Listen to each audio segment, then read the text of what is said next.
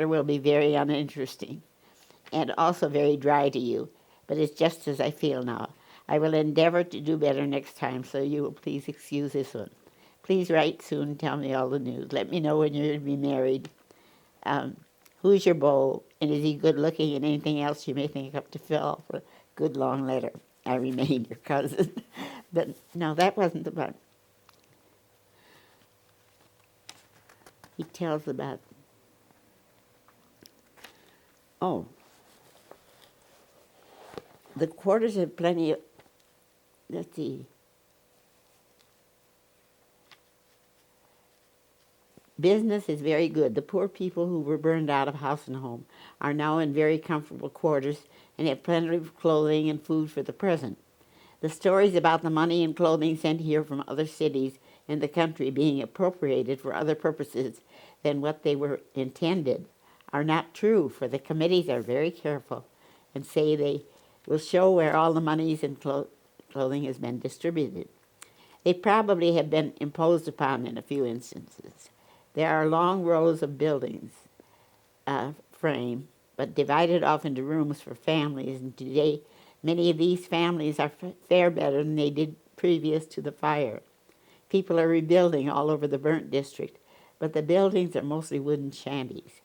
There are some very large brick blocks going up already. They are building a temporary frame for the courthouse this winter. We will soon be in it.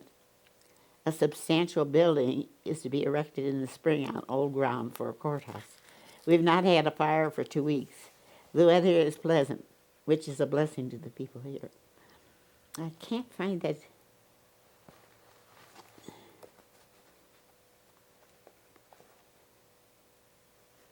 Where he tells about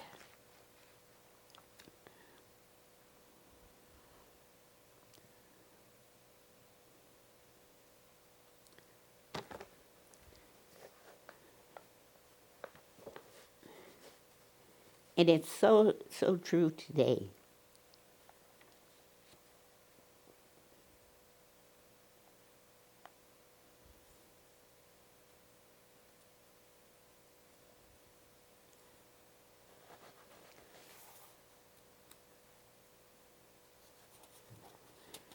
Yeah, what he says is, when he was talking about, and I can't find it where it is, he didn't keep a very straight line in his letter writing either. But he says that they'd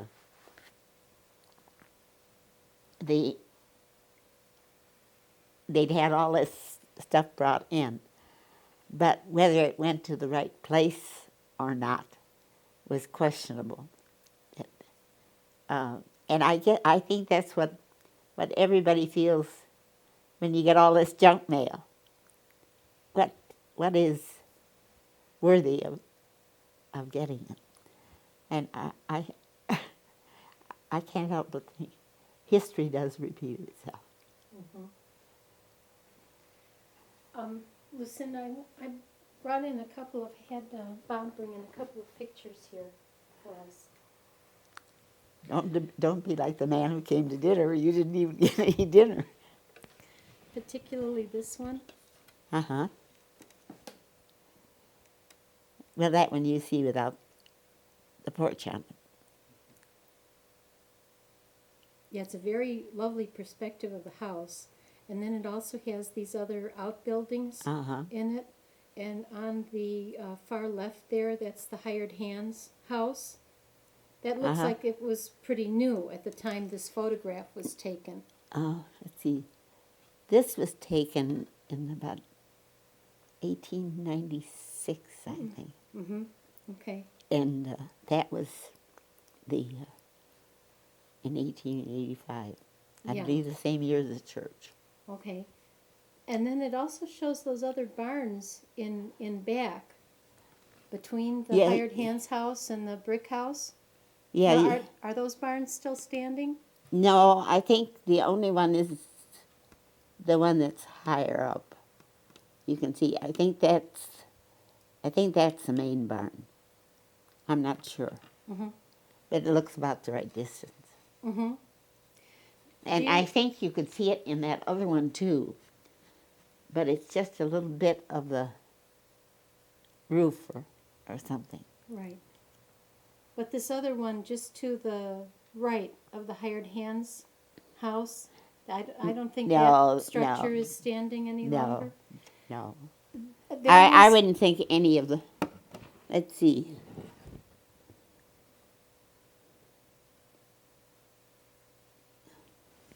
That may not be the one. I think maybe the main barn is back in behind. Mhm. 'Cause I kind of think these were all expendable. Yeah, you're right. Well, a lot of times barns are, unfortunately. Something else I was curious about is the location of the log cabin. And I was reviewing my notes, and in one reference, it talks about it used to sit on the site of the old horse barn. And I was wondering if that was the location. Do you remember offhand where the log cabin used to stand? Well, I wasn't here. No? I think Grandfather Corron said it was near the horse barn. I suppose, see, when that was built, it was the only house. He had spent the first 6 weeks over on McDonald Road near the spring, or went back and forth, I'm sure because he had the land. And our deeds, that's something you probably should take a picture of if you're taking. We'll find those too, yeah. It's on top of the. Bob? So most of that we want to get, I need it more controlled.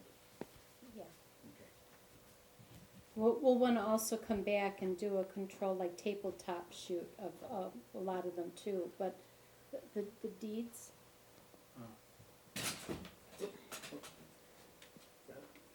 It's all right. See what I have?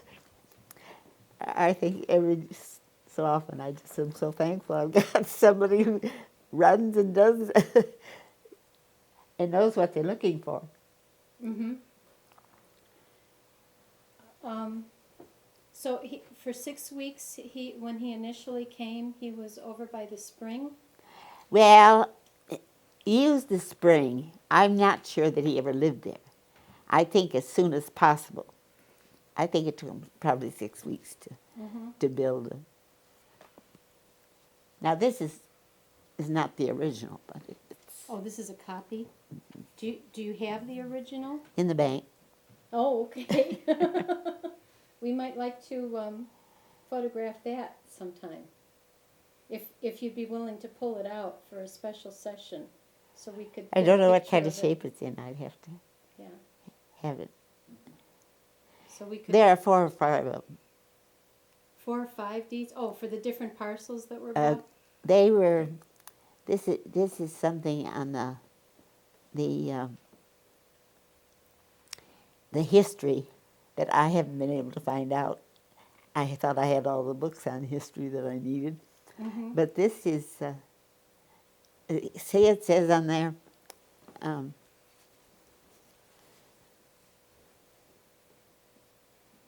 Whereas Robert Corron of Kane County, Illinois, has deposited in General Land Office. Oh, that isn't important. The provisions of the Act of Congress of the 24th of April, 1820, entitled An Act Making Further Provision for the Sale of Public Lands. Now, I haven't been able to find any record of that, but I haven't really worked on it. But actually, I think it goes back to 1787, where they the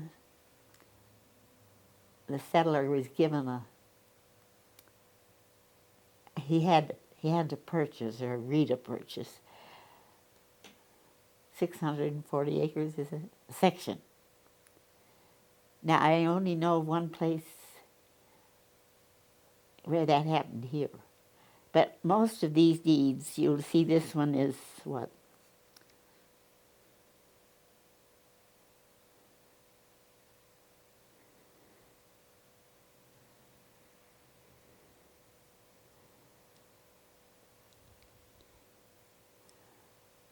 Oh, here it is, right at the top. The northeast quarter of Section 2 in Township 40, north of range, even east of the third principal meridian, in the district of Sand, subject to sale at Chicago, Illinois, containing 40 acres and 42 hundredths of an acre. Now, they were all like that. That is, it was in 40, generally 40 acre parcels. And whether that takes... And whose signature is on this one? Oh, Tyler. And who's that? Well, he was let's see, by the president, John Tyler. I can't read the secretary. Signed by the recorder, the 10th of December, 1844. That's a wonderful thing to have, Lucinda. To have those original deeds, I think that's absolutely amazing. And that they're signed by the President of the United States at the time. Yeah, well, That's we have some that are signed by Polk. His administration came in that period. And it seemed like when grandfather got the land paid for at $1.25 an acre, he started thinking about building the house. Mm-hmm. $50 Now these are just, for 40 acres. Yeah, Right. yeah. That's a big difference from today when it's $25,000 to $30,000 an acre now. I know. That's an incredible rate of inflation going on there. Yeah. Yeah, but their income, that was why they were able to make so much of it, what they did. Now this one, tell me about this picture. Well, this was taken, I think, as nearly as I can figure, around 1885. We still have the buggy. It's up the barn. It went through the snowstorm. Otherwise, I would say probably, I would think the lady of the house, and I'm sure that was grandmother Corron, is standing in the doorway. Might have been the two women who were home, who were in the on the balcony, and I think they might have been the ones to the right of the picture. I think were probably hired help, and he looks very imposing. Cal always said he looked like a Methodist preacher. Anyway, grandfather Corron, I think, is the main one in there. And I think the other one over there would have been Robert Myron. Now, I could be wrong on those things. Let's see. Can you see There's if you nothing can- in the background, is Can you there? see if you could Just point trees. out? Can you point out where great-grandpa Corron is standing? Oh, right there, I think. And where's the little kid? But these two looked young. And most of the help they had just recently come from a foreign country, and they hire them for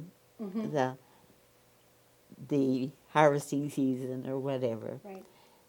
And we have in the attic what they call the Swede room, and they had these beds kind of lined up, and I'm sure each one had a bed, and I don't know how many were there, but they had little tables. So we've got a lot of rickety little tables around, or have had, because some of them have really gone the way of the wastebasket or junk. Firewood. Not much. We don't send anything to the junk. I love this collection of photographs. Well, this is, I think this is Aunt Addie. Never had to do this before, but I think her hair was curly. This is Mary, the 2 daughters by the first wife. And this is Addison, wait a minute, yeah, with an A. He died when he was about 22, I think.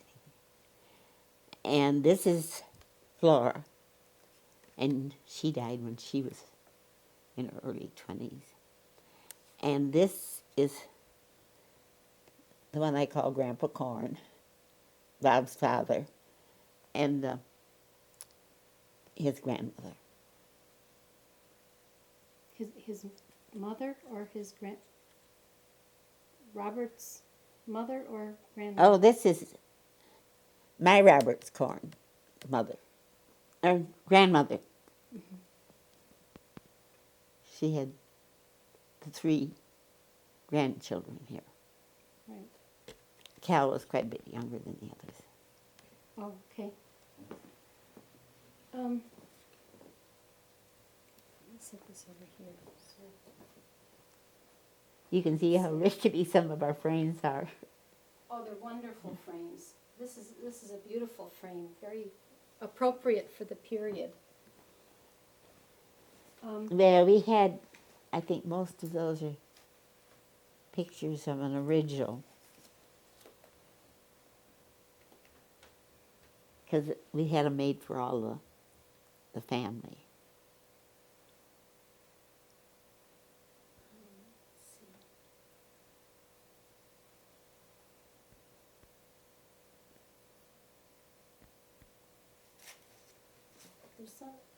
Would it be all right with you if I brought in the piece of cranberry glass that had your grandmother's name in it?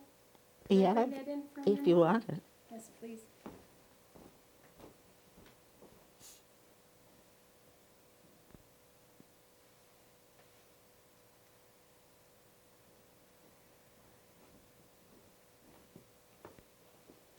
Here, hold this up so Dave can kind of see the name in it. Tell us about that piece, Lucinda. Well, this was always my mother's china closet, and she got it when she was a girl and went to the Chicago Exposition, was it? Something like that. What year was that? Uh-huh. The Columbian Exposition. A Columbia Exposition. But it was the World's Fair.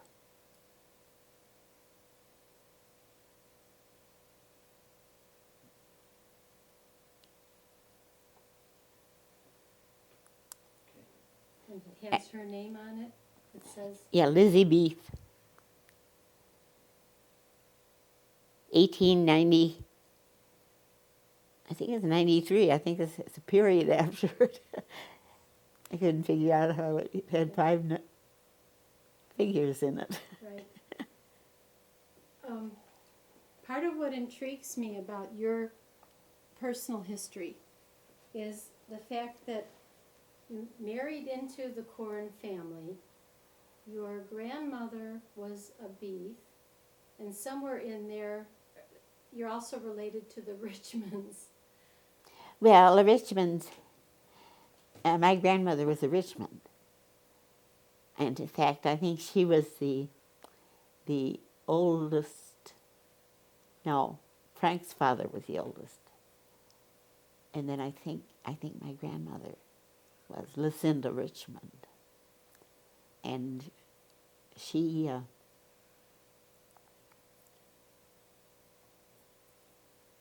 was just a very quiet, very much like my mother. You wouldn't believe that, would you, when you hear me talking all the time? But they were very gentle, sweet ladies.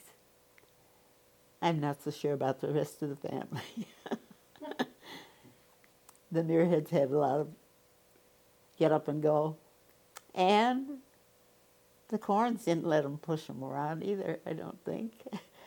So I guess on all sides my kids are kind of handicapped. Dave is most like my family, I think. In fact, I said to him once, I think you're like the Richmonds. Thanks, boys.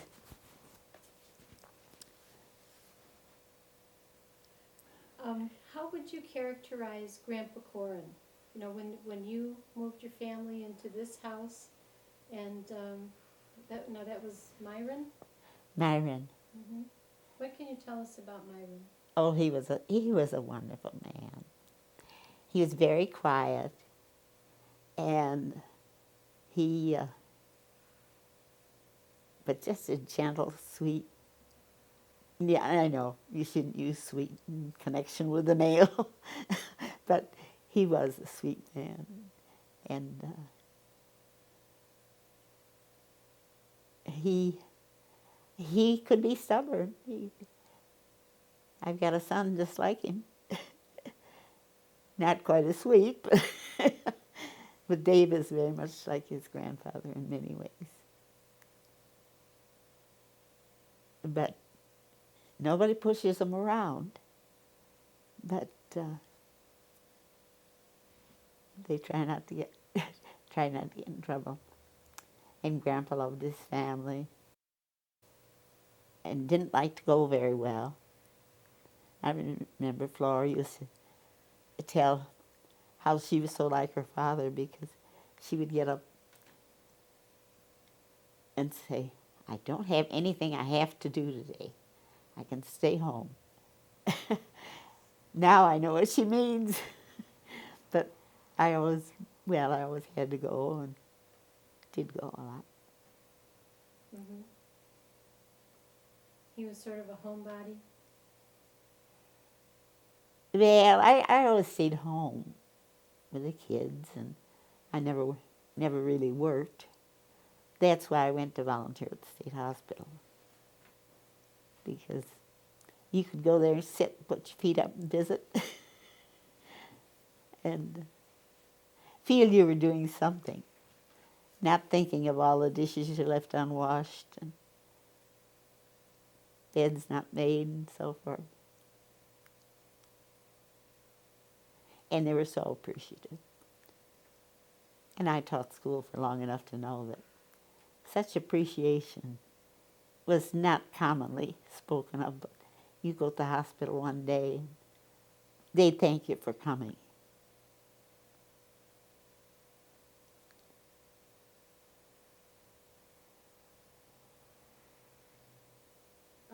What years were you visiting at the hospital, Lucinda? I started in 1965, and I think I went for 32 or 33 years. I kind of tapered off. I was having trouble then getting around, and I was still driving. I drove up until 98, which was time I quit. Mm-hmm. And I haven't regretted quitting, but I've been fortunate. Do you remember your first car? The what? Do you remember your first car? I don't think we had a Rio, I think, but I don't remember it.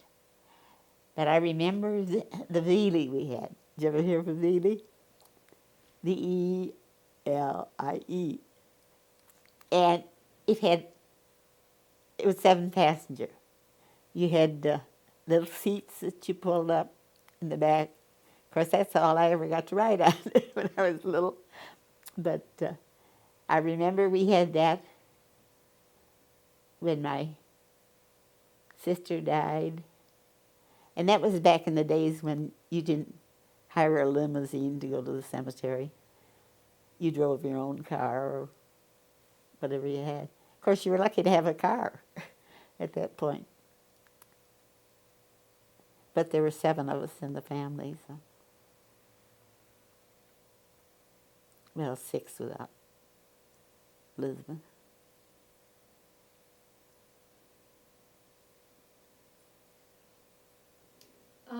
Something else I wanted to ask you about was the rocking chair you have in the other room back here.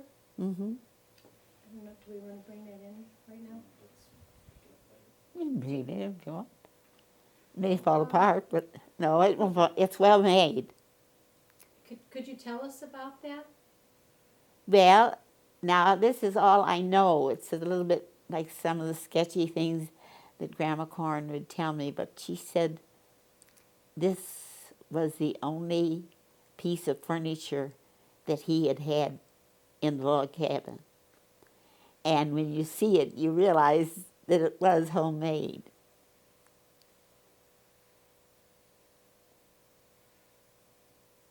Could you describe it for us?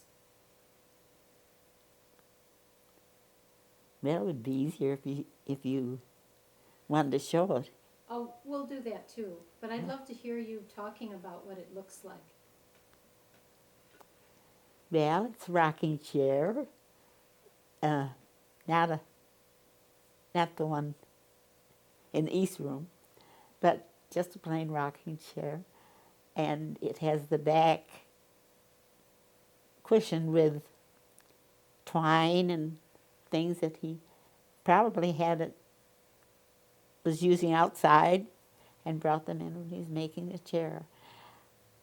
It's black. I've never done anything to it because the cushion is pretty faded, but I didn't want to recover it because I thought it kind of looked old and matched. And so that's about all. So the cushion is original also? I mean, the twine is sort of the caning in the seat and then also the back to the chair. But then the cushion, Well, I just would assume that he put it together somehow. I'm not a... I have a son-in-law who did the cabinet there, and I was impressed with that. So, but I couldn't really comment on it. I remembered it sat in the dining room. Grandpa had a radio in there, and when he always would come out of his room was his sanctuary, and it was really a good thing because Bob was 9, Sally was 7, and Dave was 4. I think he was just had a birthday a few days after Grandma passed away. And the only one who took liberties going into Grandpa's room was Dave.